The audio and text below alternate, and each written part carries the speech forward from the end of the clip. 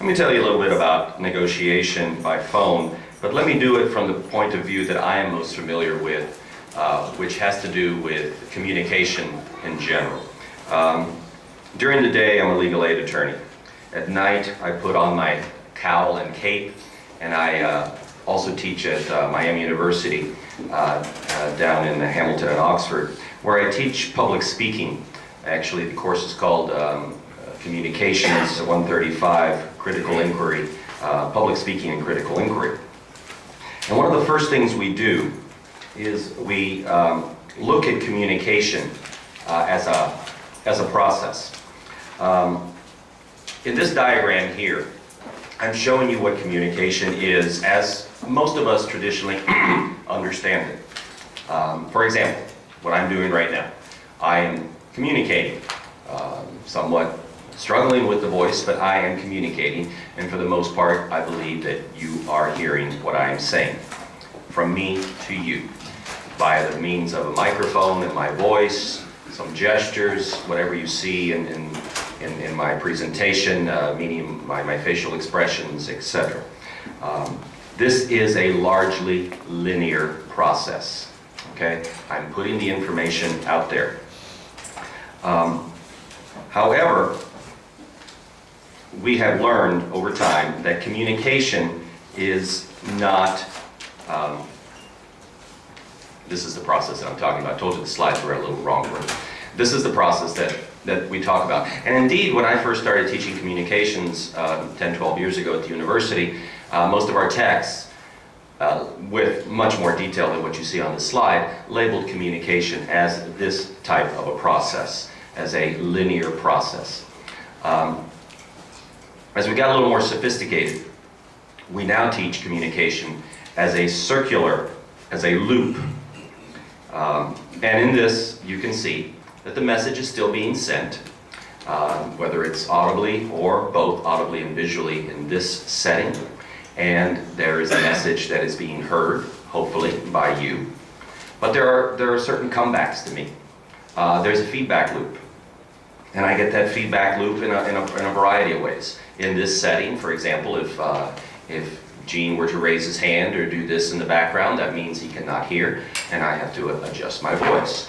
If I notice a quizzical look on one of your faces, then perhaps I need to slow down or repeat information, or think about whether what I am saying and meaning is what you are hearing and understanding. So delta change at the bottom of the diagram. I change the information, maybe repeat it is probably the way we most often address this feedback. And we change it for the audience. We become very audience specific. It comes back to us and it goes back to you. Now there's much more to the communication process in general. Now keep in mind, I haven't gotten to the phone yet. There is the environment in which a communication is made. And I certainly think you will understand that communication with a client in person across your desk is somewhat different for a variety of reasons than perhaps communication with a client that you have met for the first time at the courthouse, or communication with a wannabe client at a cocktail party. After many years in private practice, I got tired of going to friends' parties because it wasn't so much to have a good time, it was to see if they could buttonhole me in a corner and ask me about their case, or if this was a good case, etc., etc. That communication in that environment, which usually went something like this: I'm here drinking, leave me alone, you're going to get what you pay for. That type of communication is much different than other types of communication. So we have to take into account the environment in which we communicate. And finally, without getting into a lot more detail, what I am doing right now, you may call speaking. In the communication process, excuse me, this is called encoding. I am encoding a message, and you are decoding the message. Now, fortunately for all of us in the room, I am encoding a message basically in English, and you are decoding it in English. But there are other things that I am also encoding. If I send humor out, whether it be self-deprecating humor or humor about a situation, if I'm using gestures, if my voice changes, if my pace changes, if I take a pause for effect, if I increase the volume of my voice to the extent that I can. Those are all part of the encoding process that I have as a communicator to you as a receptor of that communication. However, there's always, in public speaking, what I tell my students, there's always the speech you prepare, the speech you deliver, and afterwards the regret or the remorse of the speech that you wanted to give.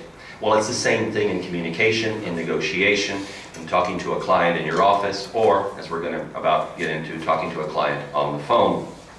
There's the message that you meant to send, there's the message that they heard, and there's the message that you could have improved it to. So it's a process, it's a loop, and it can be very complicated and actually be very educational if you ever have a chance to pick up a communication book and look into how this process really works. Okay, so I've now framed communication for you as you probably haven't really hit any new ground with you. You understand that. But now let's talk about communication on the telephone, or what I like to label it for you today as basically blind man's bluff.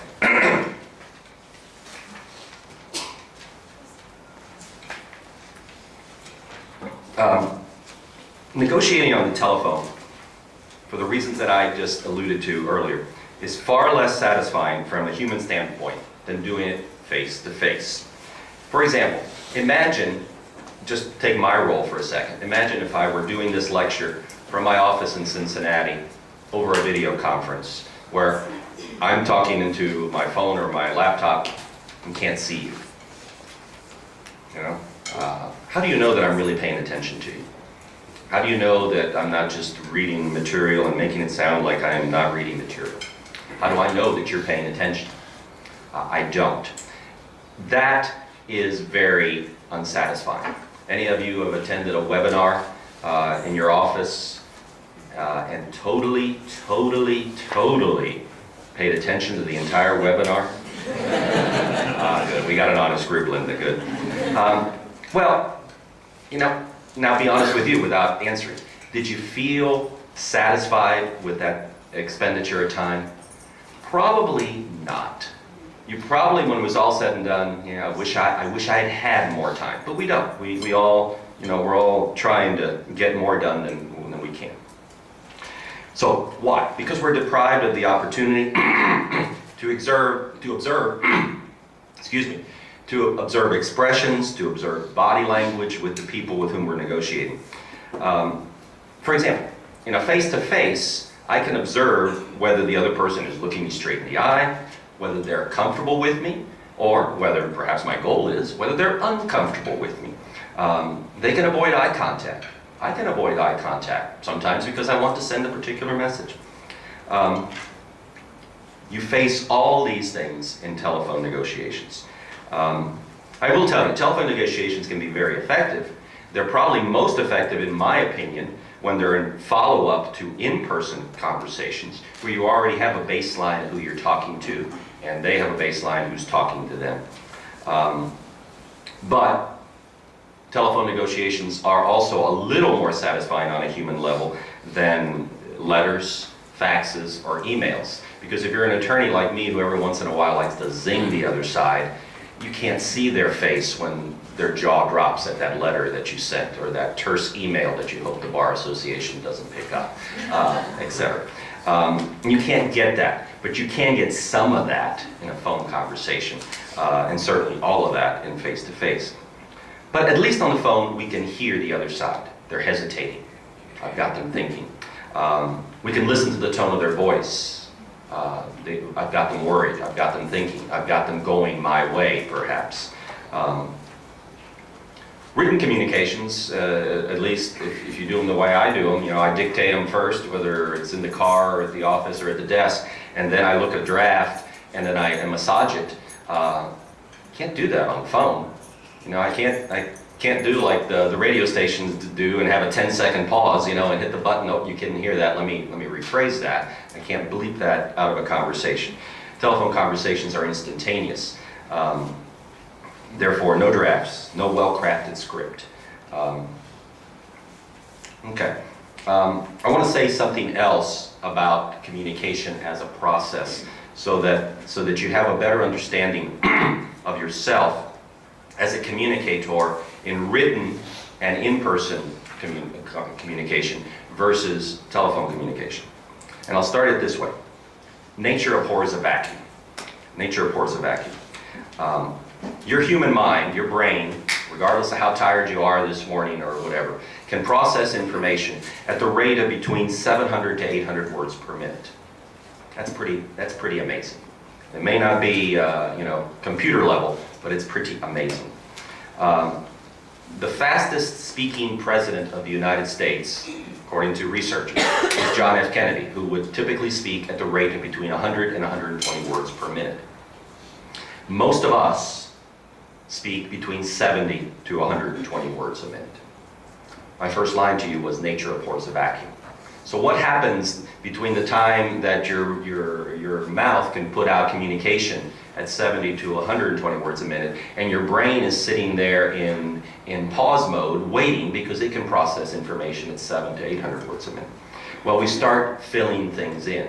We start drifting off into multitasking. We start, students in my class start with ums, us, starting every sentence with and, etc. So communication as an art, communication as something attractive, something pleasant to listen to, starts to fall apart because our mouth can't keep up with what our brain wants to put out there. So we fill it in with a lot of vocalizations and fillers. I say that now because I'm going to talk a lot in a couple of slides, in a couple of different slides, about being prepared. And being prepared, and I don't mean to the point of being rehearsed for a phone negotiation, but perhaps I do, depending on your comfort level, is important so that your brain can keep up, so your mouth can keep up with what your brain wants to get out there to the other side, and not have a lot of pauses that can be misinterpreted by the other side as weakness or uncertainty on your part. Okay. I view a lot of litigation as a battle. Probably comes from many years in private practice, so pardon my titles for the rules of engagement here. But in order to effectively negotiate on the telephone, you need to consider some of these, what I call rules for face-to-face negotiations. I already said one, and I'm going to say it a couple of times because repetition is important in communication, both on the phone and in person. Be well prepared. It's a good idea to have a clear sense, or at least some informed assumptions about what interests are most important to ourselves, meaning our clients, and to the person with whom you're negotiating. Yes, you need to be in the other person's skin a little bit. You need to know what's of importance to them. If any of you have done divorce work, and I'm sure many of you have, you've heard the adage that a good divorce is one where everyone's a little dissatisfied. Well, the reason for that is because everyone gave a little bit on their interest. Everyone got a little bit on their interest. So you as a negotiator on the phone need to know or make assumptions, informed assumptions on what the other side wants out of this. So you need to do your homework. Number two, one of the worst things about telephone negotiations, and really negotiations in general, is that we forget to pay attention to particular points. So on the phone or in person, it makes excellent sense, ladies and gentlemen, to write down things, to have written notes prepared ahead of time, especially for a phone conversation, and to augment those notes or add to those notes as you're in the conversation. At the very least, you need a roadmap that will pinpoint specific, significant issues that you don't want to forget to discuss, okay? Because if not, and I don't want to sidetrack here on tangents, but imagine that I call you, these are the 3 things that I need, and you're receptive to those. I hang up. I now realize that there were 5 things that I need. Do I call you back? Difficult decision. Is that a sign of weakness? Is that a sign that I wasn't prepared? Well, it's a definite sign I wasn't prepared. At least it is to me. Hopefully it isn't to the other side, but if they're sharp, it will be. So all of a sudden you've undermined your negotiating position, I believe. It's funny, as I was preparing these slides several weeks ago, the first time that I attempted to do it, I had a telephone conversation